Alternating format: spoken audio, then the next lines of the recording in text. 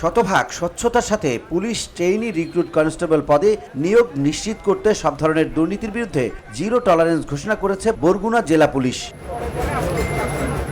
বুধবার দুপুরে জেলা পুলিশের পক্ষ থেকে চাকরি প্রার্থী ও অভিভাবকদের প্রতি দেয়া হয়েছে সচেতন বার্তা। প্রতারক চক্রে প্রতারণার ফাঁদে না জড়াতে ইতোমধ্যে বরগুনার বিভিন্ন এলাকায় পুলিশের পক্ষ থেকে করা হয়েছে প্রচার, মাইকিং ও সচেতনতামূলক লিফলেট বিতরণ।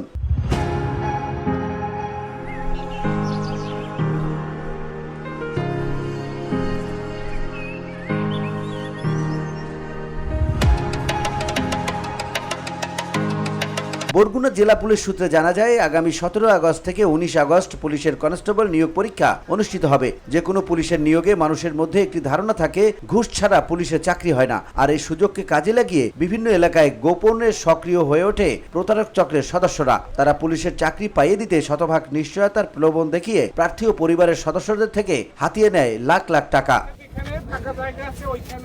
এবছর যাতে নতুন করে কোনো প্রতারক চক্রের প্রলোভনের ফাঁদে কেউ না জড়ায় সে লক্ষ্যে সতর্ক অবস্থানে রয়েছে বরগুনা জেলা পুলিশ। আর এ কারণেই বরগুনার বিভিন্ন এলাকায় প্রচার, মাইকিং, লিফলেট বিতরণ সহ সামাজিক যোগাযোগ মাধ্যমে সতর্ক বার্তা পোস্টের মাধ্যমে মানুষকে সচেতন করছে বরগুনা জেলা police. VOD Bangla news desk.